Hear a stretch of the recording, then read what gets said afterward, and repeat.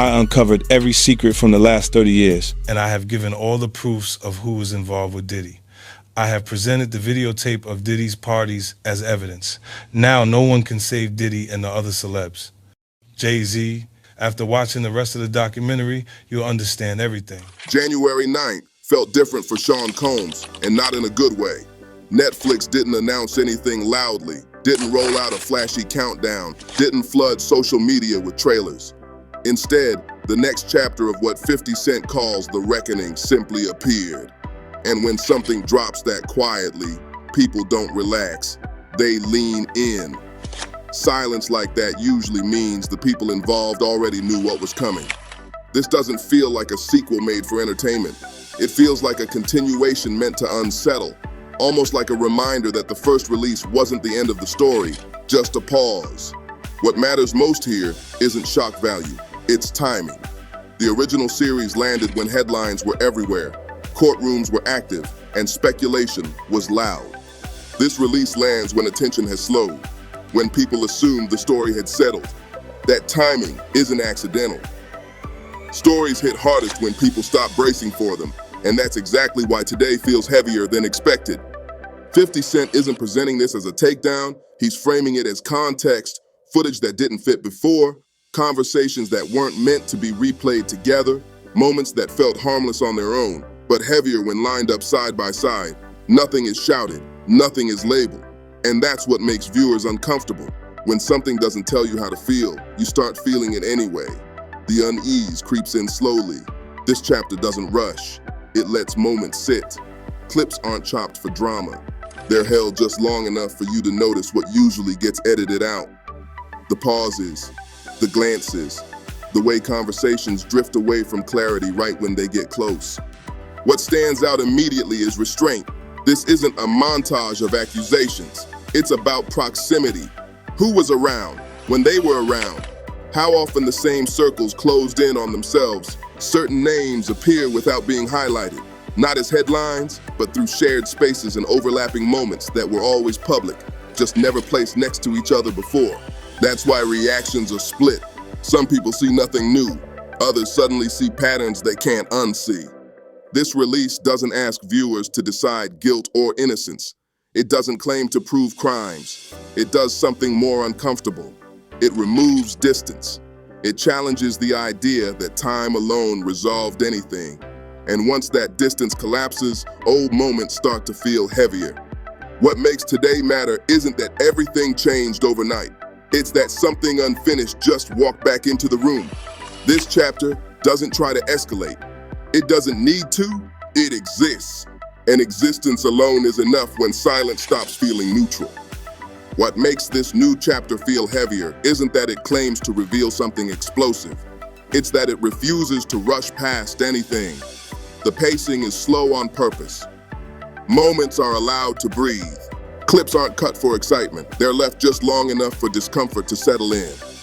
This isn't about one clip changing everything. It's about how nothing ever truly changed, because nothing was ever fully addressed. As the footage unfolds, patterns begin forming without being announced.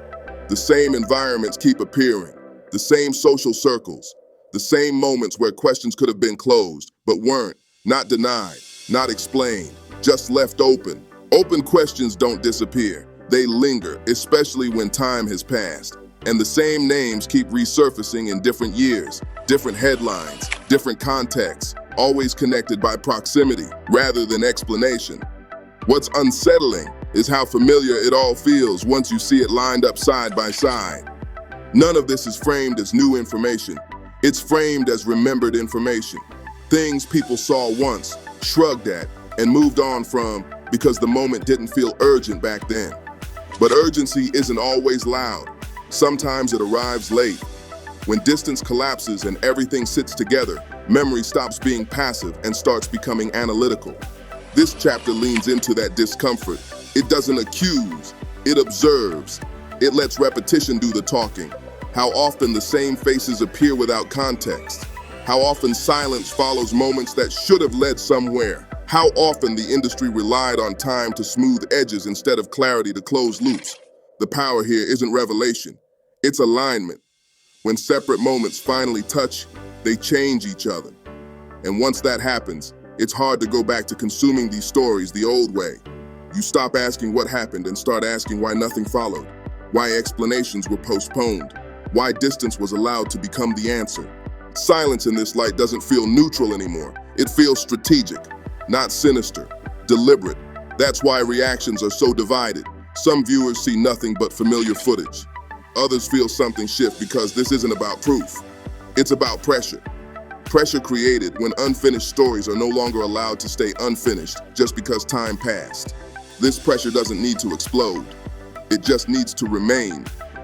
That's what quietly changes here. Responsibility stops being framed as guilt or innocence and starts being framed as presence. Who was always around when moments went unexplained? Who stayed visible when things were comfortable? And who faded when clarity would have required more than a sentence? This chapter doesn't push accusations forward. It pulls context backward. It asks you to look again at moments you were told were finished. Notice how little was actually resolved. You start realizing how much of the industry runs on fragments. A clip without the full conversation. A headline without the follow-up. An interview that promises answers later, and later never comes. What starts to feel impossible to ignore in this chapter is how familiar everything looks once it's aligned. None of these moments were hidden. None of them were secret. They were always public, always accessible, always visible. The difference now is that they're no longer spread out across years and headlines. They're sitting next to each other. And when moments lose distance, meaning changes fast. This isn't presented as a reveal. It's presented as a reminder. A reminder of how many times questions hovered in the air without ever landing. How often moments felt unfinished but were treated as complete just because time passed. That's where the discomfort really grows. The footage doesn't accuse anyone of anything. It doesn't raise its voice. It doesn't demand conclusions. It simply shows how often clarity was almost offered. Conversations get close to explanation, then drift away. Statements acknowledge concern without answering it. Responsibility is referenced without being defined. And those near misses repeat so often they stop feeling accidental. What becomes clear is how often the industry relied on movement instead of resolution. A new project, a new interview, a new appearance. Each one gently replaces the moment before it, not denying what happened, just moving past it. That pattern worked for years because attention moved fast. People consumed moments individually, not collectively. But when those moments are placed side by side, the rhythm changes. The same deflections appear. The same calm tones return. The same reliance on reputation to fill in the gaps. That consistency doesn't feel chaotic. It feels disciplined. And discipline is harder to dismiss than noise. This is where the focus quietly shifts away from individuals and toward systems. Systems that reward silence more than explanation. Systems that understand how quickly outrage fades. Systems that know time smooths discomfort better than clarity ever could. None of that needs to be said out loud. It's visible in repetition. What makes this unsettling is how normal it all looks. No panic, no scrambling, no visible stress. Just confidence that nothing needs to be clarified because nothing ever was before. That confidence carried weight for a long time. But confidence doesn't hold up when attention becomes sustained. Viewers aren't being asked to take sides here. They're being asked to notice behavior. Who explains fully and who stays surface level? Who engages when conversations are comfortable and who disappears when they aren't? These patterns don't accuse anyone of wrongdoing. They reveal priorities, and priorities tell stories on their own. As this chapter unfolds, the tension doesn't spike. It settles. That's what makes it dangerous.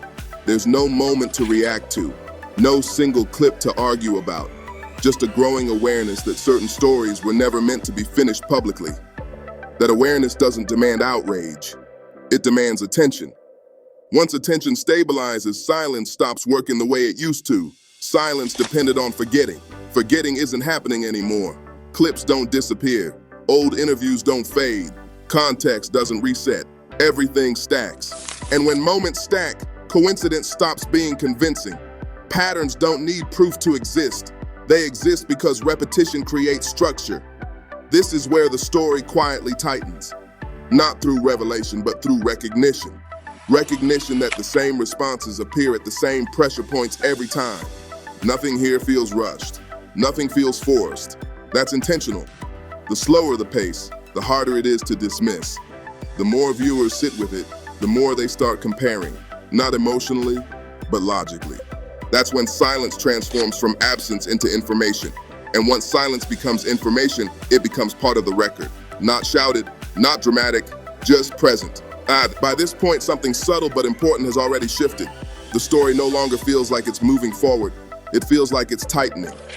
Not because new names are being introduced, but because the same ones keep reappearing in places that were never fully explained. Familiar settings, familiar faces, familiar moments that once felt disconnected now sit uncomfortably close together. When proximity replaces distance, interpretation changes fast. What stands out isn't what's being said. It's how often opportunities for clarity existed and quietly passed. Moments where fuller explanations could have ended speculation. Moments where context could have settled everything. Instead, those moments slipped by, replaced with motion. A new project, a new headline, a new distraction. Movement became the substitute for resolution. For a long time that worked. People assumed progress meant closure, but progress without explanation doesn't resolve anything. It just delays discomfort. And this chapter leans into that realization without dramatizing it. What makes this uncomfortable is how calm everything looks. No panic, no urgency, just the same measured distance that worked before. That distance once felt like professionalism, like maturity, like knowing when not to engage. Now it feels different. Now it feels like insulation. The footage doesn't accuse, it doesn't dramatize. It simply allows patterns to remain visible long enough to register.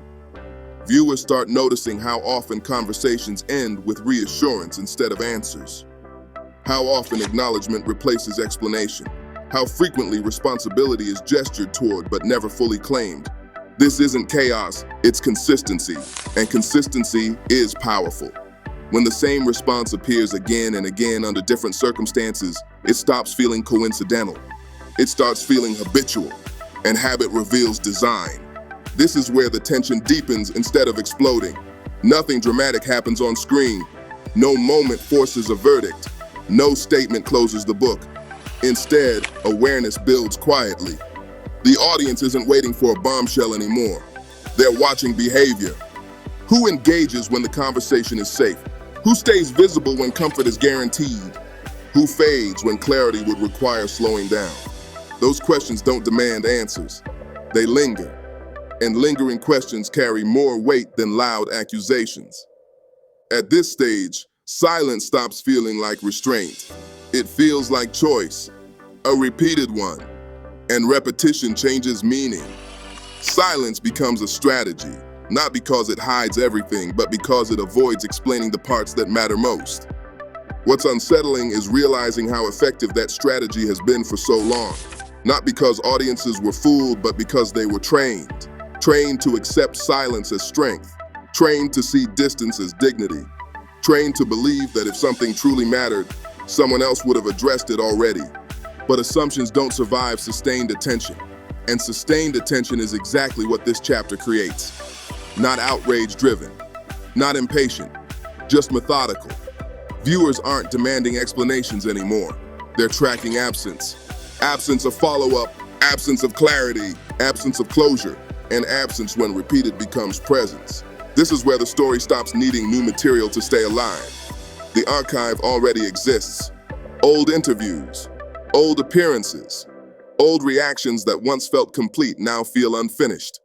Not wrong, unfinished. And unfinished stories don't disappear. They wait, they linger, they quietly reshape how every future moment is interpreted.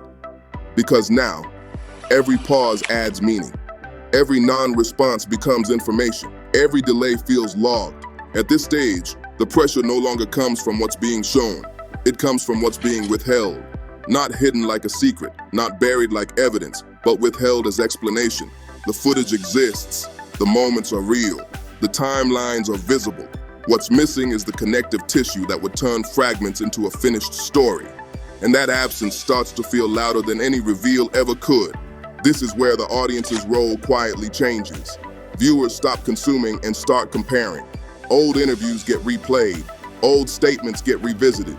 Old reactions that once felt complete suddenly feel rehearsed. Not because they were false, but because they never evolved. The answers stayed the same while the questions changed. And when answers don't adapt, they stop reassuring and start feeling practiced. What becomes impossible to ignore is how often clarity was almost offered, almost explained, almost addressed, then gently redirected. A change of subject, a shift in tone, a reliance on legacy to fill in the gaps. Legacy is powerful. It doesn't argue, it reassures. And reassurance works when people aren't looking too closely. But looking closely is exactly what's happening now. This is where silence changes meaning. It no longer reads as discipline or restraint. It reads as design. Designed to keep stories open-ended so they never demand a conclusion. Because conclusions create accountability, open endings create comfort, and comfort allows movement without explanation. Now attention stops moving forward and starts circling back, calmly, patiently, not aggressively. Viewers aren't waiting for a bombshell anymore. They're watching behavior. Who speaks when the conversation is safe? Who disappears when it isn't? Who explains details and who relies on time to smooth the edges? That quiet observation is far more destabilizing than outrage. Outrage burns out. Observation accumulates. And once accumulation begins, silence stops being neutral. It becomes part of the story itself. By now, the story no longer feels like it's advancing. It feels like it's tightening. Not because new information is being added, but because the same information keeps reappearing without resolution. Familiar faces, familiar settings, familiar moments that once felt disconnected now sit side by side.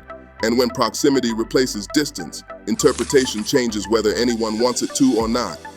What stands out is how often opportunities for clarity existed. Moments where fuller explanations could have ended speculation. Moments where context could have settled everything. Instead, those moments passed quietly, replaced by momentum. A new project, a new appearance, a new distraction. Momentum became the substitute for answers. For a long time, that worked.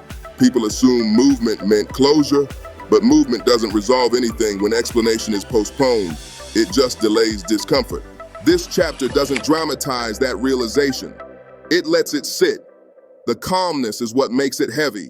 No panic, no urgency, just confidence that nothing needs to be clarified because nothing ever was before. That confidence once felt powerful. Now it feels exposed. Because once attention stabilizes, distance stops protecting anything. It starts revealing patterns. Patterns don't accuse, they don't exaggerate. They simply repeat. And repetition is what turns behavior into a signal. At this point, silence isn't empty space anymore. It's content. Every pause adds information. Every non-response communicates intention. And once viewers recognize that, the story doesn't need escalation. It's already anchored. The audience isn't asking louder questions now. They're asking steadier ones. Questions that don't demand answers. They just remain. And unanswered questions don't fade when attention is patient. They mature. By this point, the story has quietly crossed a line it can't uncross. It's no longer about what might be revealed next. It's about how the entire situation is being processed differently now. The audience isn't reacting in bursts anymore. They're settling in, rewatching, re-listening, placing old moments next to new ones, and noticing how often the same instincts appear. What stands out most is consistency. Not consistency in statements, but consistency in behavior. Calm tone, controlled pacing, emphasis on moving forward, a refusal to slow down long enough to fully unpack anything. That same approach shows up again and again across different years, different controversies, different moments. And when behavior repeats under pressure, it stops being coincidence. This is where silence fully transforms. It no longer feels like professionalism. It no longer reads as restraint. It feels like a practiced response, a familiar one that worked before because attention moved on. But attention isn't moving on this time. It's staying. And silence behaves very differently when people don't look away. The audience isn't asking what happened anymore. They're asking, why does the response always look the same? Why do explanations stop right before they get specific? Why does reassurance replace clarity? Why does time get used as the final answer instead of facts? Those questions don't accuse anyone of wrongdoing. They measure patterns. And patterns don't need proof to exist. They exist because repetition creates structure. That structure becomes visible once moments are aligned instead of scattered. Old interviews suddenly feel cautious in the same places. Old answers sound familiar around the same topics. Old pauses line up at the same pressure points. What makes this uncomfortable is how controlled everything remains. No scrambling, no visible panic, just confidence that nothing needs to be clarified because nothing ever was before. That confidence once felt untouchable. Now it feels exposed. The story has shifted from personalities to systems. Systems that understand how attention fades. Systems that rely on reputation to carry unanswered questions. Systems that trust movement, legacy, and time to smooth discomfort instead of addressing it. This chapter doesn't explain that system. It shows it through repetition. Viewers aren't demanding conclusions anymore. They're tracking absence. Absence of follow-up. Absence of detail. Absence of closure. And absence, when repeated, becomes presence. It becomes part of the narrative, whether anyone wants it to or not. This is why nothing dramatic needs to happen next. The pressure is already built. The archive already exists. Every future appearance, every statement, every pause will now be compared to what came before. Not emotionally, structurally. That's the real shift. The narrative no longer controls how it's received. The audience controls memory now. And memory doesn't reset just because nothing happened today. Memory stacks. It waits. At this stage, silence no longer protects anything. It defines it. Every non-response adds weight instead of removing it. Every delay feels intentional instead of neutral. And once that awareness settles in, it doesn't fade.